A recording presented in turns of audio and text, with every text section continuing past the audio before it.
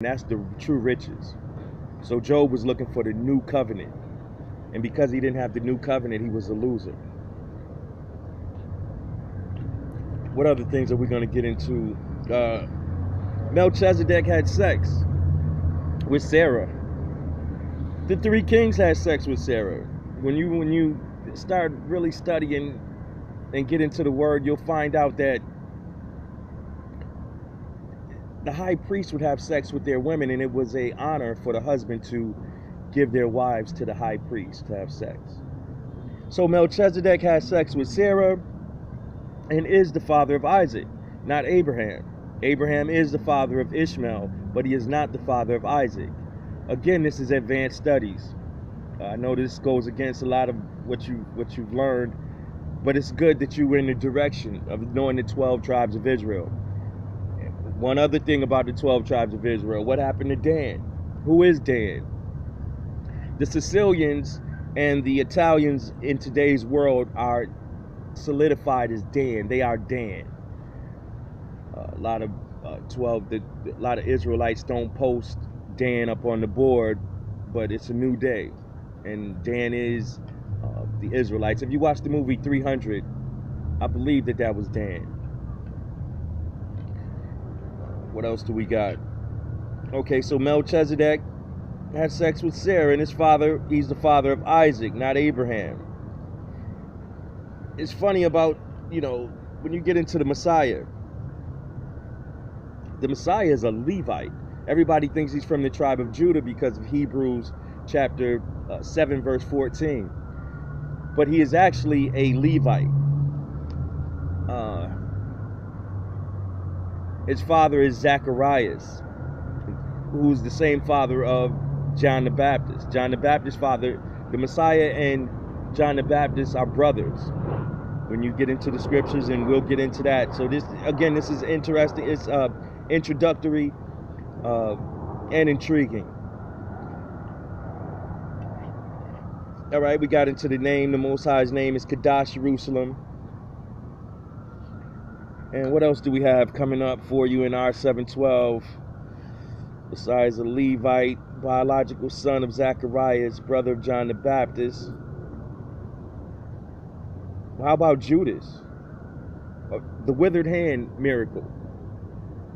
A lot of the miracles you read in the Bible are allegorical. So him walking on water, I got into this I don't even want to call that an introduction. It was more like a something to spice or intrigue you. But I guess this is part 2 of the introduction, if you want to say. But the withered hand miracle is a miracle of agreement. He made an agreement, the new covenant. He showed him the light, and they made an agreement, and they shook hands. They agreed on the new covenant. He didn't really make his hand come out of his arm, and he made him shake hands. He shook hands with him in agreement. The story of I went over this because of the video. The story of Jonah and the whale.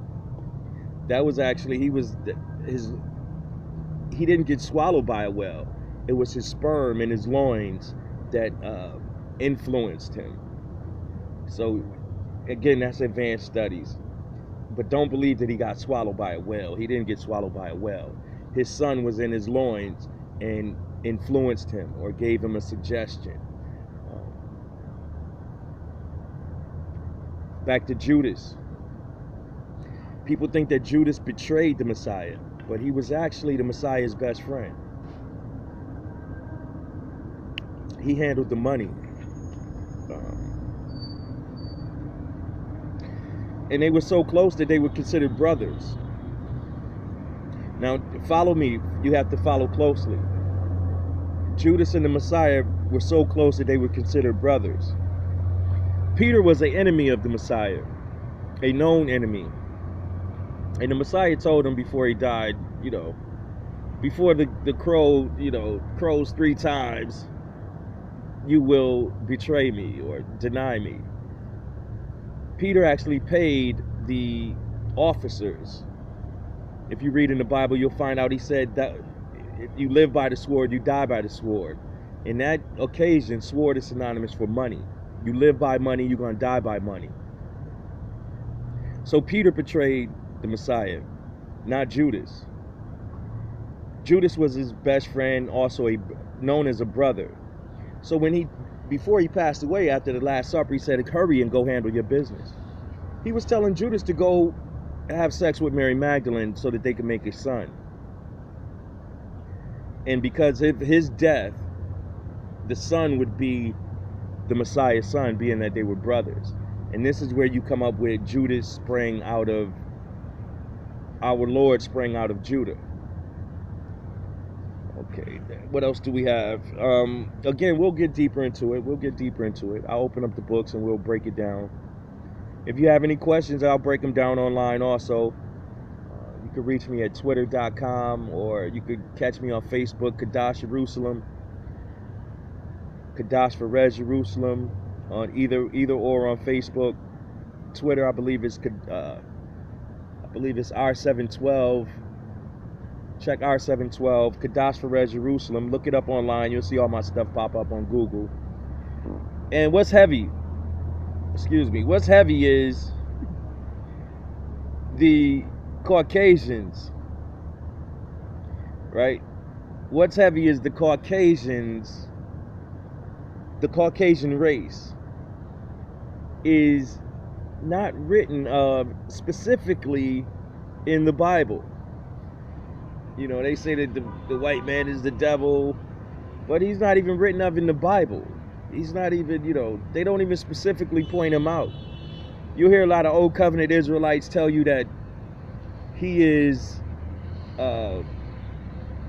Edom, or he is the Greeks. When the only way you're going to find out, only way you're going to hear of the white man or the Caucasian race in the Bible is as strangers, aliens, heathens, or pagans. Idolaters, right? They were slaves. They followed us. So, it's almost like war. With slaves, they're not involved with the war.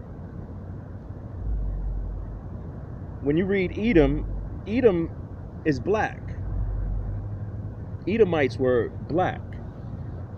You hear about Jacob and Esau, twins, and these people come up with this wild thing that he was a white baby, and that's a lie.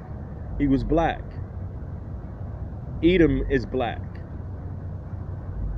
The Greeks were black back then. During the Renaissance era, I know for sure that the Romans were black. But during the Renaissance era, they changed everything. Even the coins that you see. They put white faces on them and whitewashed everything. The Greeks, I believe, were black also, or of color. If not, because the Romans were black, in my studies, when you go into the Hebrew, I assume that the Greeks were black. I could be wrong on that. And if I am, then we'll get into it and study it and figure it out. But for sure, the Romans were black. All right. Now, before I break off, let's see what we got here. Last things. Okay, these are 2 bombshells. Y'all ready? Everybody ready for the bombshells? Okay, gravity is the new energy. So they will no longer be running cars by gasoline. Electricity will be gravity. It's the new energy. And because of this phenomenon, it's going to buy our way out of America. We are going to buy our way out of Babylon with riches and be the most rich people upon the earth, because gravity is the new energy. Another bombshell is, I've been reading the Quran. I have been reading the Quran, and I am an Israelite to the fullest, a new covenant Israelite. But what I'm finding out about the Quran, and I'm not that deep into it, but with the vision that I have, I don't see the argument. It's canonical. So far, so good. I'm almost believing that Muhammad was an Israelite. This is how powerful this is.